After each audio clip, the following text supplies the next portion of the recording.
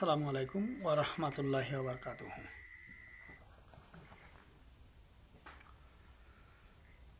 আজকে জুমার দিন সম্পর্কে একটা হাদিস বলবো, যে সেই হাদিসটা হলো হযরত আবু হুরায়রা রাদিয়াল্লাহু আনহু থেকে বর্ণিত। তিনি বলছেন, নবী করিম সাল্লাল্লাহু আলাইহি ওয়াসাল্লাম বলেছেন, যখন জুমার দিন আসে নামাজের সময়,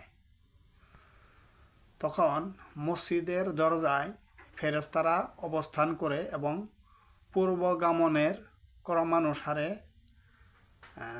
ক্রমানুসারে আসে নামাজের সময়ে। তখন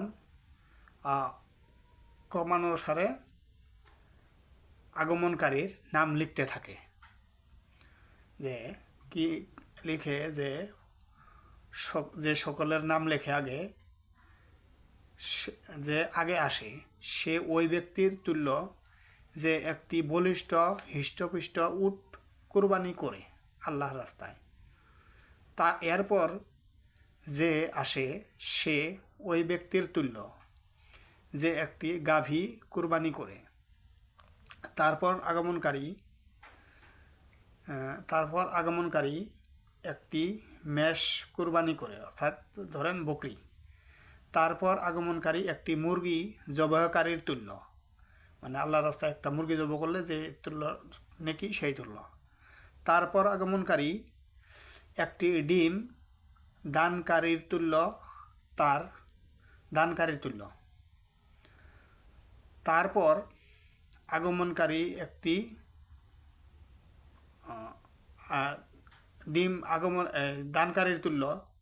তারপর ইমাম যখন গৃহে হতে নামাজের জন্য বের হয় তখন ফেরেশতারা তাদেরকে লেখার ফর্দ বন্ধ করে দিয়ে ইমামের খুতবা মনোযোগের সাথে শুনতে থাকে।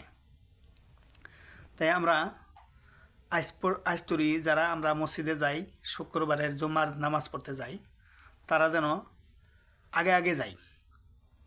আর এত আগে যাব যে ইমাম সাহেব যখন বাড়ি থেকে বাইর হবে তার আগে, হয়তো ধরেন যদি মসজিদে খুতবা শুরু হয় যদি 12:10, তাহলে ইমাম সাহেব 12:02-12:04-05 বাইরে বাড়ি থেকে, ঘরের থেকে, রুমের থেকে বাইরে হইলো। বাইরে হয়ে যাইতে কিন্তু এই ফেরেশতারা মানে কি করবে, নেকি লেখার ফর্দ বন্ধ করে দিবে। বন্ধ করার আগে যেন আমরা যাওয়ার